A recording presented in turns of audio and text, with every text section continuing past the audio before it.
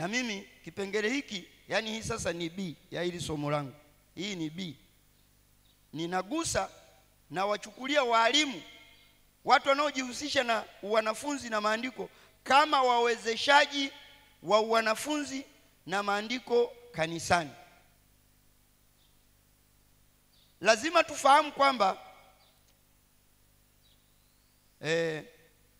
maandiko kwanza yatakao tuongoza hapa, utasoma Petro wa pili 1:19 mpaka 21, inazungumzia habari za maneno ya Mungu haya kwamba yameandikwa chini ya uongozi wa Roho Mtakatifu. Lakini pia Timotheo wa pili sura ya 3:16 na 17, pale ambapo maneno ya Mungu pia yana uwezo wa kuwaadibisha watu wa Mungu, kuwafanya kuwa wanafunzi wakamilishwe. Lakini pia Wakolosai 3:16 mpaka 17, pale panazungumza neno la Kristo likae kwa wingi ndani yetu katika hekima yote. Sasa chini yake ndio tunaangalia wawezeshaji, wanafunzi na maandiko, kwa maana ya walimu.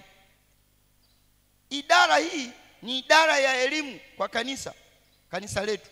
Inawezesha ufahamu wa maandiko na kumfanya mwanafunzi kufurahia kujifunza. Kazi ya idara yetu ina majukumu ya kujenga uwezo, kuwafanya wanafunzi waone hamu ya kujifunza. Wangapi mpaka sasa, mpaka hapa wanaona hamu? Yani haya niliyoongea, unaona hamu kwamba kwa kweli kumbe kuna vitu nilikuwa sijavipata, sasa nimepata. Umepata kitu mpaka hapa tu nilipofika. Wangapi wamepata kitu? Wapo waliopata. Wangapi hawajapata kabisa kitu? Sasa idara hii kazi yake ni kuwezesha wanafunzi kuwa na maana kanisani kwetu. Wale walimu wanaitwa wawezeshaji. Sasa tutaona wawezeshaji hawa wanatakiwa wawe namna gani wanapoandaa masomo yao.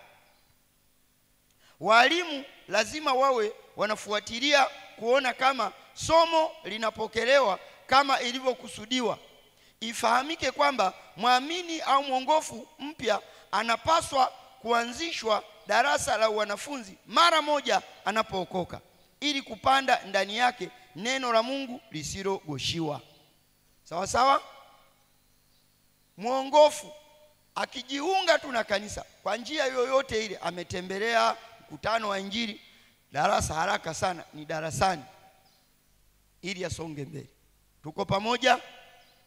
Jambo lingine, idara itapokea waamini wapya na kuwaandalia mtaala kama nilivyosema mwanzo.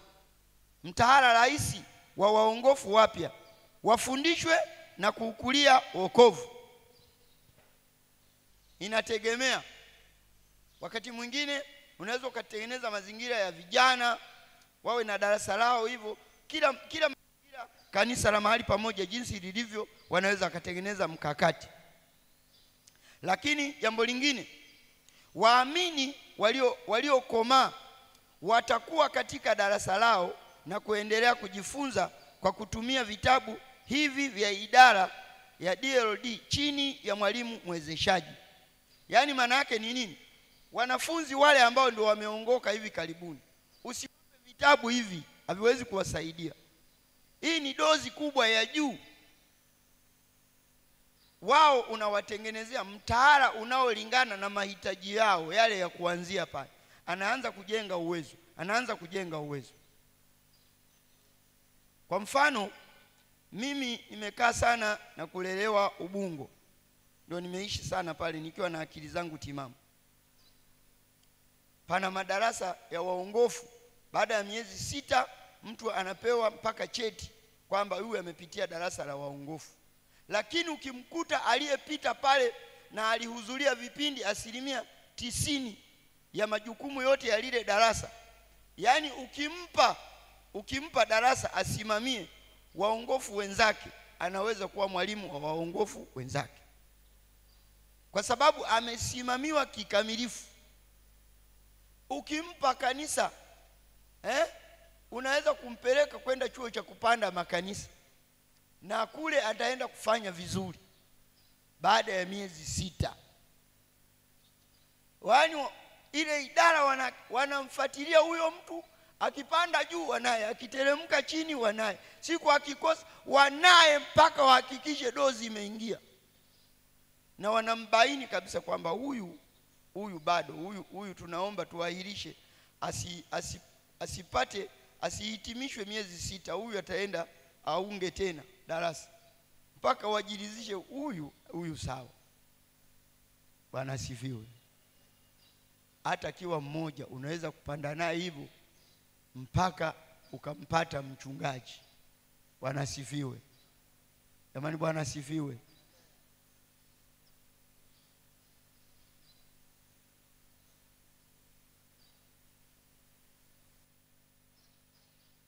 Mwalimu mwezeshaji anapaswa kutumia muda fulani mchache kuwaingiza wanafunzi katika lile darasa la watu waliokomaa wale. Anawaingiza wanafunzi katika mjadala wa kuchambua somo kwa njia ya maswali au kufafanua somo lililotambulishwa mbele ya darasa. Iko hivi. Yaani tuna walimu anapokuwa darasani ana dominate, yani anamiliki lile darasa peke yake. Kama mimi hapa leo, mimi siwezi kuruhusu mjadala. Mimi nimekuja hii ni modo ya lecturing. Lakini wewe darasani kwako ruhusu mazingira ya mjadala, inaitwa discussion. Unawapa mazingira ya kujifunza watu, na hiyo njia inakusaidia kujua uelewa wa wanafunzi ulionao, kwamba huyu naweza kumpangia hata jukumu fulani, huyu hivi, unawaelewa. Kwa hiyo unalitambulisha, na hata vitabu vyetu vilivyoandikwa sasa hivi vimeandikwa kimkakati. Hata ile mistari tutakayosimamia sana iko michache, wamechukua kipande tu wamekichomeka ndani ya kitabu mule unakisoma, alafu wamefafanua somo. Sasa kuna mwalimu akisimama anaanza kuelezea kitabu, na kama mwalimu wa kitabu anavyosema, huyu anatupoteza malengo, huyu sio mwalimu aliyejipanga. Huyu mwalimu aliyejipanga anawaambia wanafunzi wakasome kitabu, waje wamejiandaa, kutakuwa na kujibu maswali na kujadiliana, na anawaruhusu waje na changamoto. Walipokuwa wanakisoma kitabu, wameona changamoto gani, shida ipo wapi, ni andiko gani alijawakaa. Wakati kitabu kimeelekeza wasome mistari michache, wewe unawashawishi wasome sura zote, wasome hata sura ya mbele na ya nyuma, ule muktadha wa jana, muktadha wa karibu. Mnakumbuka wangapi walikuwepo jana? Au tuna wanafunzi wageni tu? Tulijifunza muktadha wa karibu. Muktadha wa karibu unaupata hapo, kwamba hivi huyu mwanafunzi ambaye alikuwa anaegama mbele ya Yesu ndo aliyemuuliza, ni nani Bwana atakusaliti? Aliyeuliza swali hilo sio Yuda. Yuda naye aliuliza, lakini baadaye. Alafu ndo Yesu akamwambia ndio.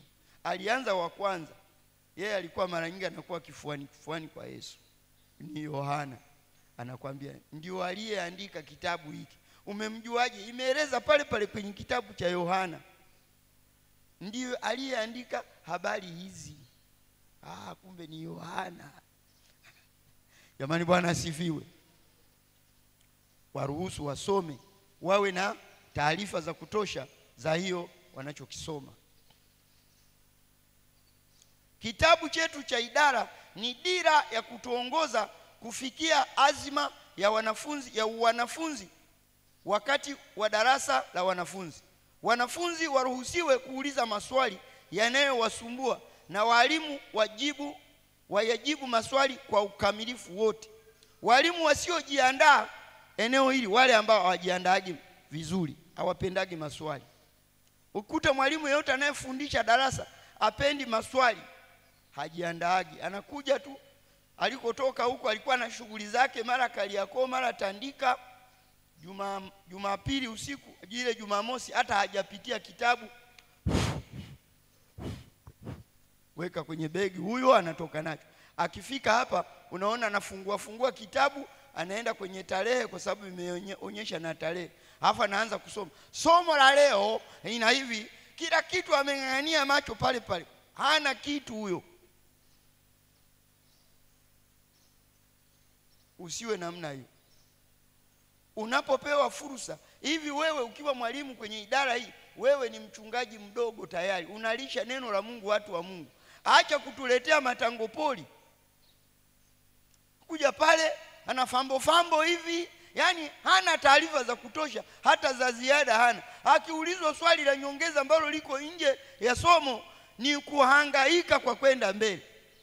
Hajajiandaa huyo. Hatutaki watu tunataka darasa ambalo watu waive, yani mtu akija anafurahia wanafunzi. Ni walimu walioua wanafunzi makanisani, walimu, kwa sababu ya kujiandaa kwao kudogo.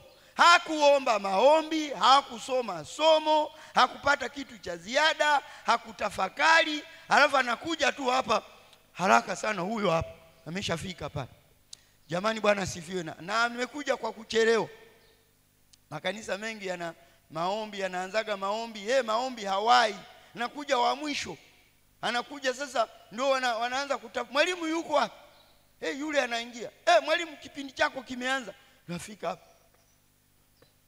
Kama panya ambaye mashimo hayaoni. Utaratibu huo sio sawa. Ujipange. Wewe unatulisha neno la Mungu. Naomba ifahamike mapema kwamba darasa la wanafunzi na maandiko lililoandaliwa na kufundishwa kwa weledi ni chanzo cha kuwavuta watu kanisani, kwani neno la Mungu lina nguvu sana. Yaani unapojiandaa vizuri, unatengeneza ushawishi wa watu kuja kwenye darasa la wanafunzi. Na kwa hiyo kanisa pia linaanza kukua, sababu linakuwa na washirika ambao wako imara. Mambo madogo tu, mshirika anatoka TAG alafu anaulizwa swali dogo tu, aweze hata kumsaidia mshirika mwingine, hajui. Kanisa hili lina miundombinu mingi ya kujifunzia, mingi. Mwalimu huyo hahudhuriagi ibada vizuri kanisani, sio mwaminifu. Yeye anakuja tu Jumapili yenyewe amekuja kwa kuchelewa. Na wasipompangia majukumu kwa sababu alishakaa kwenye idara, anakasirika. Mimi siku hizi hamnipangie majukumu. Mimi naona tu siku hizi hapa hamnipendi. Uji kwenye ibada wewe unataka kuua kanisa letu hapa. Utakaa pembeni, kaa nyuma. Mimi kama ni mkurugenzi kwenye hilo kanisa, naambia kaa nyuma. Na hiyo nimeanzisha kwenye kanisa langu kule ninakosimamia sasa hivi. Mwalimu ambaye hakuwepo wiki nzima, nafuatilia kabisa. Jumapili atasimama nani? Fulani. Huyo akuwepo. Na muandaa yule ambaye anakuwepo, naambia soma somo, jiandae kesho usimame. Yule ambaye hajaja kanisani wiki nzima asisimame, huyo analeta ulemavu kanisani. Nyinyi mnasemaje? Nakosea? Nisaidieni hapa kwamba mchungaji huyu mwalimu ameanza kuchemka, huyu misimamo mikali sana. Haji kanisani Jumapili kwa Jumapili. Mimi nawaitaga vitenesi, kinadunda ndefu, kinaenda kuangukia kule kitenesi. Akijatulia kanisani hicho. Bwana asifiwe sana. Kwa mwalimu mwezeshaji lazima awe mwaminifu kuhudhuria ibada za kanisa, za neno la Mungu kanisani kwake, na hasa awe mfuasi mzuri wa mchungaji kiongozi, ili kuianisha masomo ya wanafunzi na wito uliomo ndani ya mchungaji. Kazi tunaosaidia sisi walimu wa idara, tuna support maono ya mchungaji kiongozi wa kanisa la mahali pamoja kupitia idara yetu.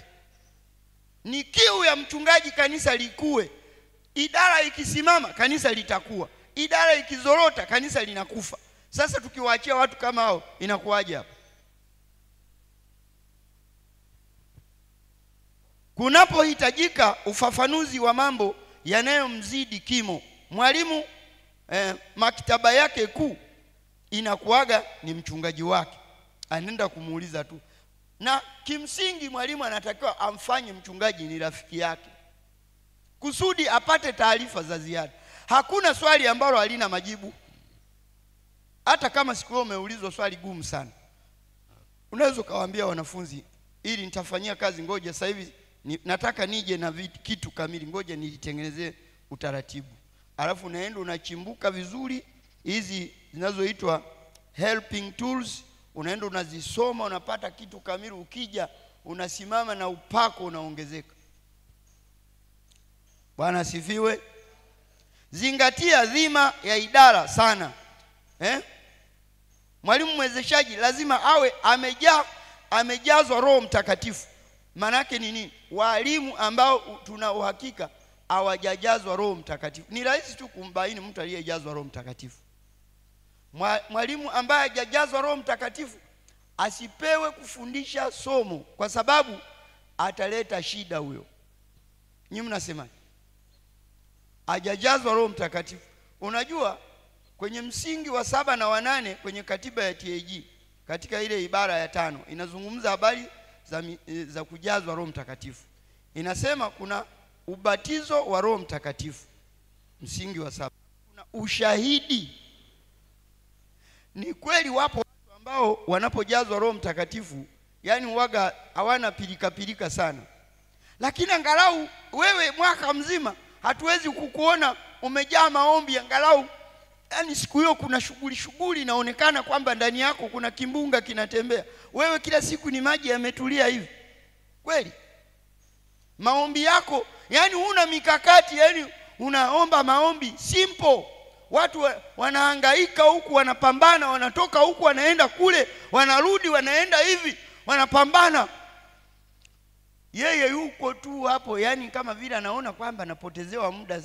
Ibada ya leo ni ndefu. Watu wasiojaa Roho Mtakatifu wanaonaga ibada ni ndefu. Yani wanaona mbona mnavuta sana ibada zenu? Hawana kitu wale. Sisi wenzao wanasema haleluya. Yani kama hapa wale praise team wakianza, hata kama hakuna watu huku, mimi nataka niwe tu peke yangu hapa, wanipige yake peke yangu hapa. Yani haleluya. Raha kweli. Yani jamaa anapiga ngoma pale, mwingine akamata bezi, keyboard nayo inapiga vitu vinaeleweka pale. Lakini mtu asiyejaa Roho Mtakatifu akipigiwa mziki mzuri wa Mungu kama huo, anaona kero, anachomwa hivi shida. Huyo ndo tumempangia somo atufundishie huyo. Weka pembeni, weka tairi lililojaa vizuri. Bwana asifiwe. Wewe, idara yetu inasisitiza mtu anayefundisha masomo ya wanafunzi awe amejaa Roho Mtakatifu. Mwalimu mwezeshaji awe amelisoma somo na kulimeza sawia, asiwe mara zote anapotelea kitabuni. Yaani unapokuja hapa, kitabu hata ukikiweka huku pembeni, unaweza ukaja hapa ukaanza kuongelea lile somo lako, unateremka. Yaani unapanda na kushuka, rhythm inaonekana mle ndani cut fresh. Alafu watu wanajaa huko. Ndani ya dakika kadhaa hivi 15 umetoa ufafanuzi wa somo lilivyotakiwa lisomwe, alafu unaruhusu changamoto na mjadala mkubwa unaendelea pale. Lakini mwalimu ambaye hajiandai anapoteleaga kitabuni. Mwalimu wa kitabu anasema hivi, turudi ile aya ya 4, ile ya 3, shuka pale inapoanzia B pale, ile herufi B pale ndo anza kusoma hiyo aya. Huyu hajajiandaa huyu. Tunataka ushibe maudhui ya lile somo, alafu uje ututeremshie vitu.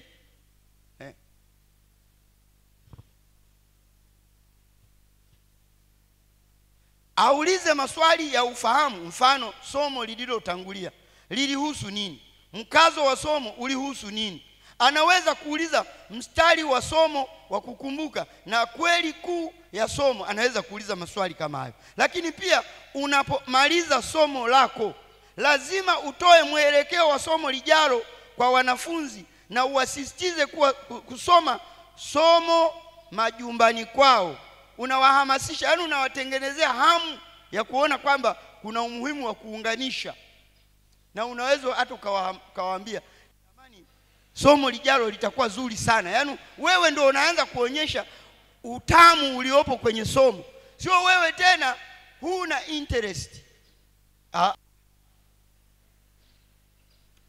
Jamani, Bwana asifiwe.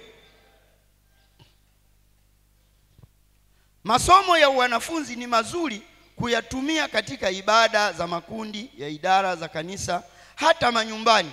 Unaweza ukafanya hivyo. Yaani kwa mfano tuna vitabu vya ibada vya nyumbani, si ndio?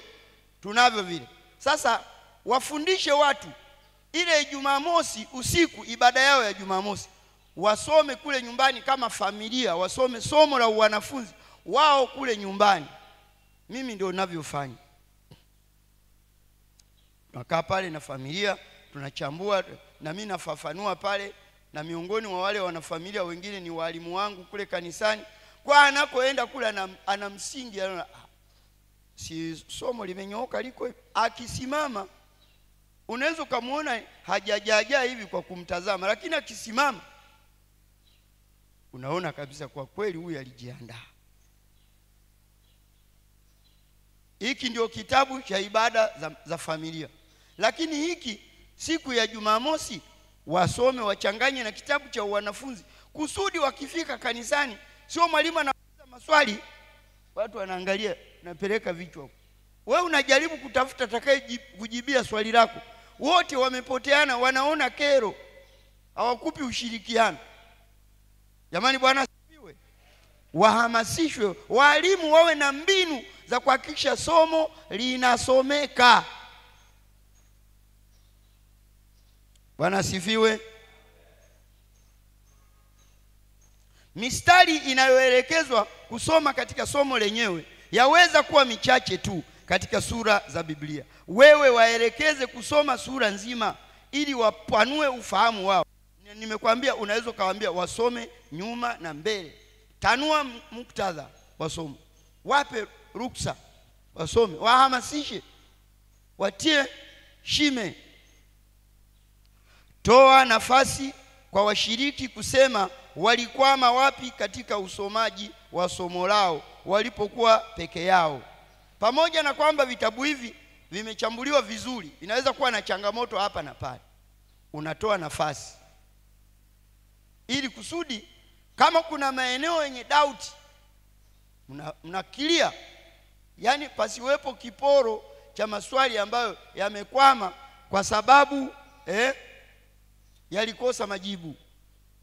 Hakuna jambo ambalo halina majibu, kila kitu kina majibu.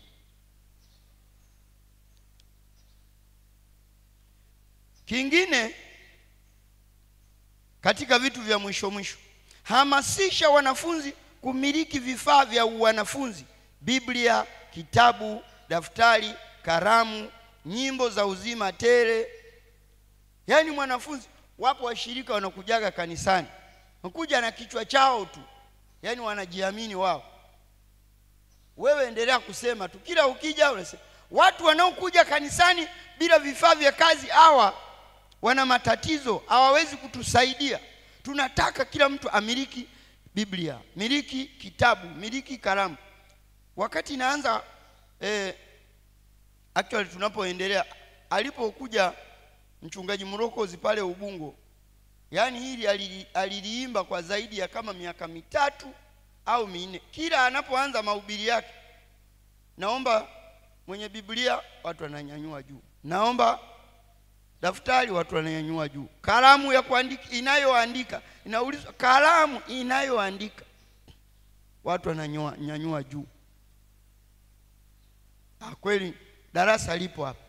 Amesimama ni kufundisha, kuhubiri mahubiri ya mchungaji, lakini anauliza maswali ambayo yanapaswa kuulizwa na mwalimu mwezeshaji wa idara ya wanafunzi. Jamani, Bwana asifiwe. Ni muhimu sana, ni muhimu kabisa. Mwisho, ukiyafanya haya niliyoyaeleza katika somo hili, ile pati A na hii pati B, ukayaunganisha kwa pamoja, ukayafanyia ususi kama tulivyojifunza jana, tegemea uamsho na mwagiko mkubwa wa Roho Mtakatifu darasani kwako. Haya mambo yakifanyika, nimeyaeleza kama kwa kucheka hivi na kurukaruka hapa, lakini ukiyafanya kwa umakini kwa kuyasimamia. Tegemea uamsho mkubwa wa usomaji, wa ushawishi, wa watu kupenda darasa la wanafunzi, watu kupenda ibada. Tegemea. Yaani hiyo niliko wazi kabisa. Mtu akishaanza kushiba neno la Mungu, hawezi kukaa mbali na neno la Mungu. Ataanza kujiona ni muhanga, kwamba sasa ni kivuli, lazima nikakae kivulini. Lakini mtu ambaye hajawezeshwa vitu hivi, hajui, uamsho ni ngumu kutokea kwake, kwa sababu ana taarifa zilizo zimeachana sana. Nyingine ipo kule, nyingine ipo kule. Tunahitaji mtu ambaye amejaa. Na idara hii ya wanafunzi, sisi kama idara, yani ushawishi moyoni mwetu, tunaona kwamba ni kianzio mahali fulani pa kuanzia kuleta uamsho. Uamsho hauji bila neno la Mungu. Uamsho unaanza na neno la Mungu. Jamani, Bwana asifiwe. Nyinyi mnasemaje? Uamsho utakuja na story. Yaani watu wapende, tunapoalikana makongamano kama haya, uwe unathamini, unakuja, unajua utapata kitu. Watu ambao wamekuja jana, wamekuja na leo, yaani mtu aliyekuja vizuri kabisa, yupo serious, kuna kitu amepata. Mpaka dakika hii kuna vitu nina hakika amepata, na akija tena atapata. Likija kongamano lingine unapata. Ndio tunavyoweza kuleta uamsho.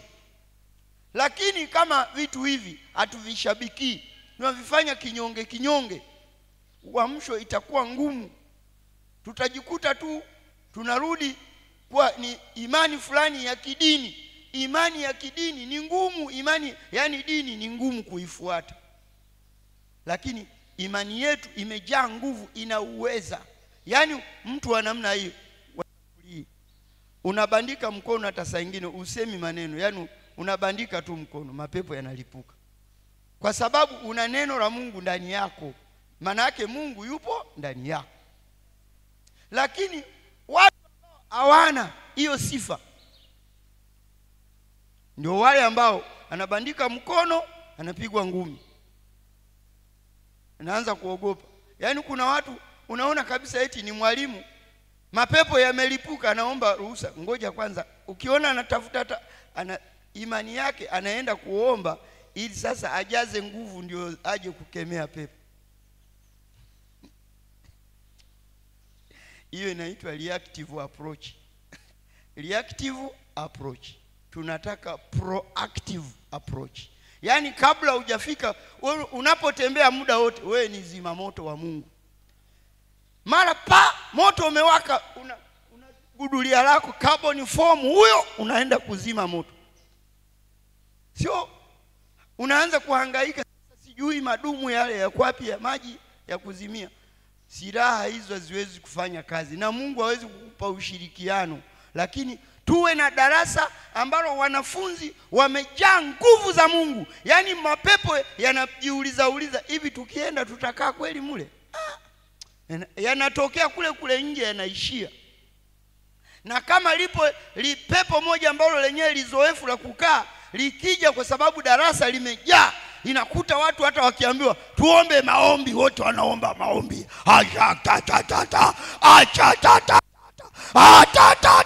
Mtu amechachamaa kisawasawa, jasho linamtoka. Yaani huku kila kitu havieleweki.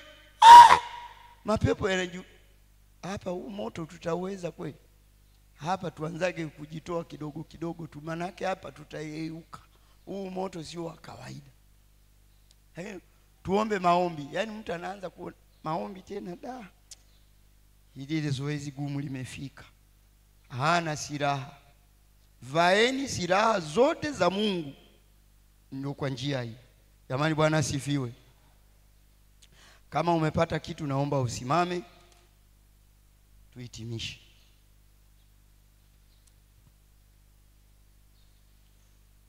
Nihitimishe somo langu. Yule mpiga keyboard kama angekuwepo angenyunyiza kidogo. Haleluya. Nataka kupitia somo hili la kuhamasisha majukumu ya mwalimu, hebu fanya agano na Mungu kibinafsi kwamba utachukua hatua za tofauti za kusababisha kanisani kwako idara ya wanafunzi na maandiko inasimama. Yaani watu wanaanza kuipenda, watu wanaanza kuona ni chanzo cha kuamsha ibada kanisani. Taimba nitasema ndio. Haleluya. Nitasema ndio, nitasema ndio, ndio Bwana, ndio Bwana, nitasema ndio, nitasema ndio, nitasema ndio, ndio Bwana, ndio Bwana, ni Bwana, nitasema ndio, ndio Bwana, ndio Bwana, ndio Bwana, ndio Bwana, nitasema ndio, nakubali sasa, nakubali sasa, nakubali, nakubali, nakubali sasa, nakubali, nakubali sasa, nakubali, nakubali sasa, nakubali, nakubali, nakubali, nakubali sasa, nakubali, nakubali, nakubali, nakubali, nakubali sasa. Twende mbele za Bwana. Kila mmoja afanya agano na Mungu wako kuchukua hatua kwa habari za idara hii, jinsi tunavyoenenda. Yako makanisa ambayo ni makubwa kabisa, unategemea washirika wamiliki vitabu vya kutosha na wavitumie, lakini unakuta wamenunua vitabu viwili, manake idara hapo hamna. Lakini wengine wananunua vitabu hawavisomi. Kwa hiyo wanafunzi wetu, Yesu aliagiza, ni wosia wa muhimu unaitwa agizo kuu la kanisa, endeni tukawafanye watu kuwa wanafunzi wa Bwana. Haiwezekani kuwa mwanafunzi kama mtu hafanyi majukumu ya wanafunzi. Hapo hakuna darasa tena, hatuwezi kufika. Lakini inahitaji tufike hatua, tuchukue maamuzi mapya, tuseme Bwana nisaidie, lisaidie kanisa langu, nisaidie idara yangu. Kila mmoja aseme mwenyewe kutoka rohoni. Kila mtu ni shahidi wa kanisani kwako, hali inayoendelea unaijua wewe. Kila mtu anajua namna unavyosoma, unavyofanya wanafunzi wako, unajua wewe. Kila mmoja haya tarara haya la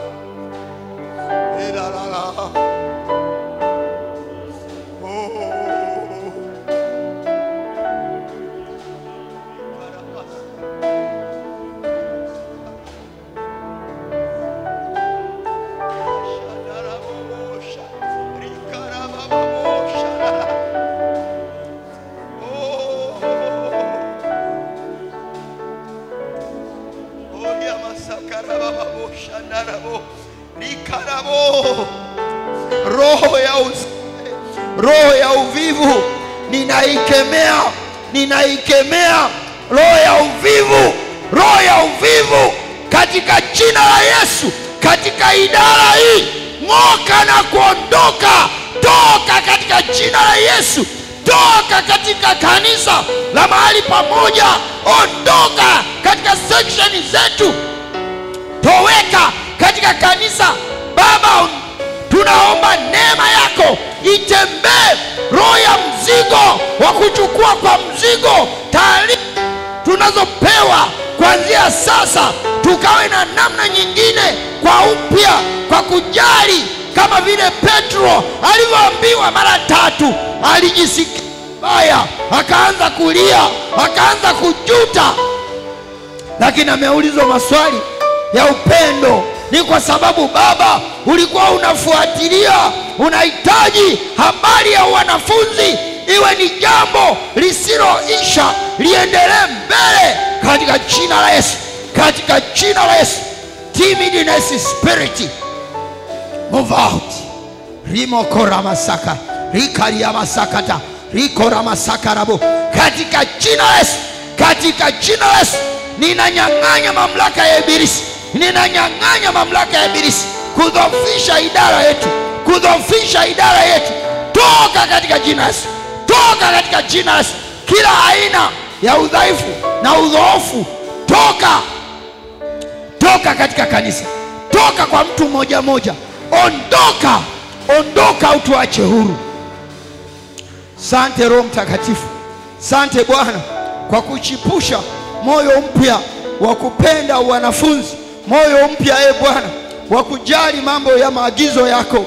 Kila mmoja achukue hatua Bwana, tuanze kwa upya tena, tusonge Bwana mbele, tukauone mkono wako Baba. Asante kwa sababu utatusaidia Baba, tunajiweka wakfu mikononi mwako. Tusaidie Bwana, tuwezeshe Jehova, tuwezeshe mwamba. Hakuna Mungu kama wewe, hakuna Bwana kama wewe Baba, Baba, Baba, Baba, Baba, tusaidie katika jina. Haleluya.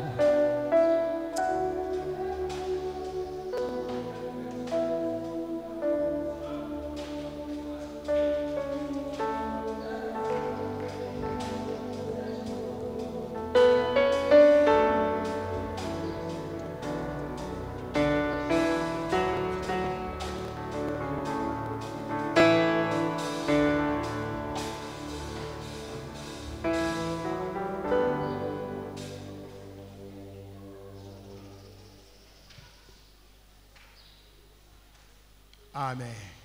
Amen. Asante. Naomba tukae sasa.